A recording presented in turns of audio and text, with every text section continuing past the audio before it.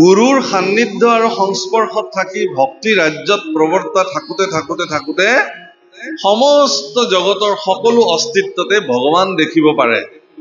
এইটোক প্ৰপঞ্চ দৃষ্টি বোলে। মহাপুৰুষ শংকৰদেৱ গুৰুজনাই সেই প্ৰপঞ্চ দৃষ্টিৰ ভিত্তিত লিখি থৈ গৈছে, সমস্ত প্ৰাণীতে বিষ্ণু বুদ্ধি নোহে যাৱে, কায় বাক্য মনে অভ্যাসী বেয়া হয়। সেইকাৰণে হে প্ৰভুসকল, যদি গৰু, কুকুৰ, শিয়াল, গছ গছনি, তৃণ, তৰু সকলোতে ভগৱান দেখিব পাৰি অন্তঃদৃষ্টিৰে, তেতিয়াহ'লে ৩৩ কোটি যি দেৱতা আছে, সেই ৩৩ কোটি দেৱতাৰ অন্তঃকৰণত ভগৱানক আপুনি দেখিব পাৰিবনে নোৱাৰে?